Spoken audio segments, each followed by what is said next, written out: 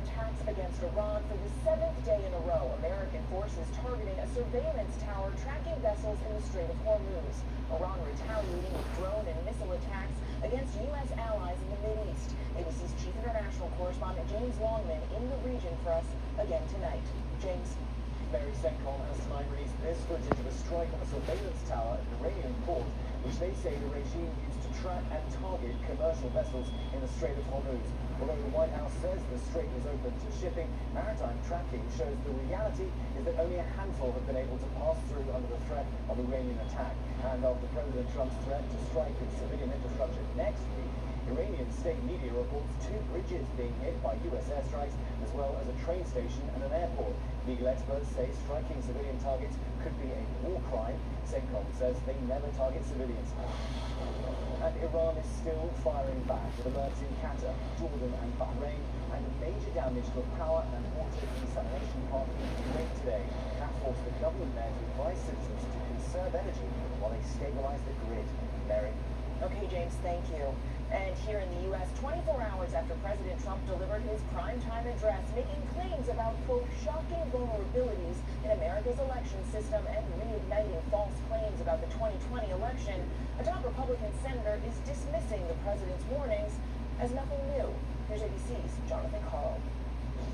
Tonight, a top Republican on the Senate Intelligence Committee poured cold water on President Trump's dramatic claims of, quote, shocking vulnerabilities within our country's election systems. Frankly, as a member of the Senate Intelligence Committee, there wasn't a whole lot new. We've known that our adversaries are trying to influence our elections for a long time.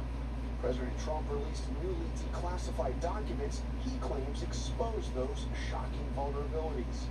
The election system we have dangerously exposes and really exposes like levels never thought possible to hacking, exploitation, and foreign interference. But one of the election reports the White House released says America's election systems, quote, would be difficult to manipulate on a wide enough scale to alter the election outcome.